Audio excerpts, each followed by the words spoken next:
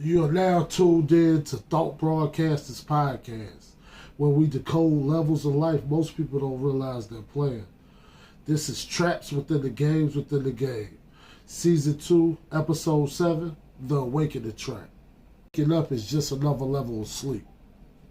What if realizing the game exists becomes the next trap inside of it? Awakening feels powerful, but what happens when awareness becomes identity?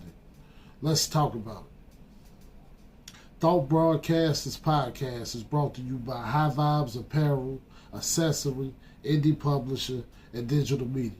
It's not just a brand, it's a way of life. Now let's go. The game is awakening. It's the moment you start seeing patterns. You question systems. You recognize egos, yours and everyone else's. You break conditioning. You realize you were playing levels you didn't even know existed. It feels expansive. It feels liberating. It feels like clarity, and it is. Awakening is real, but here's where it gets subtle. Here are a few awakening traps within the awakening game. The first trap is subtle superiority. You don't say it loud, but internally it sounds like, I'm not like them anymore. Most people are asleep. I see it now. Awareness turns into elevation, and elevation quietly turns into ego. The second trap is isolation disguised as growth. You start pulling away from people, not because they harmed you, but because you feel different. You confuse discernment with disconnection.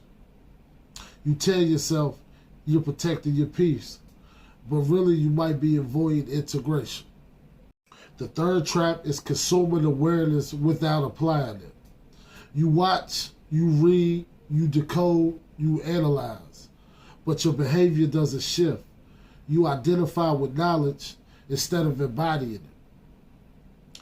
And the deepest trap of all is making awakening your identity.